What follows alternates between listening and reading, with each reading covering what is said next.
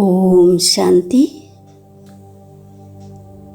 നോളജിലൂടെ വിവേകശാലികളായി രാവണൻ്റെ ബഹുരൂപങ്ങളെ മനസ്സിലാക്കി അതിൻ്റെ ആകർഷണത്തിൽ നിന്നും മുക്തമാകുന്ന ധൈര്യശാലിയായി ഭവിക്കട്ടെ.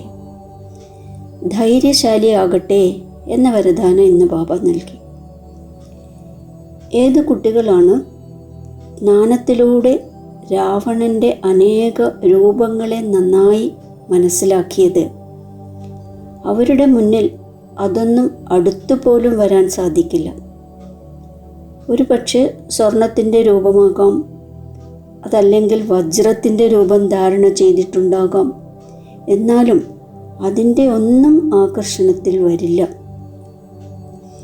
ആ തരത്തിൽ സത്യസീതകളായി രേഖയുടെ ഉള്ളിൽ ഇരിക്കുന്നതിൻ്റെ ലക്ഷ്യം വെച്ച് ധൈര്യമുള്ളവരാകൂ.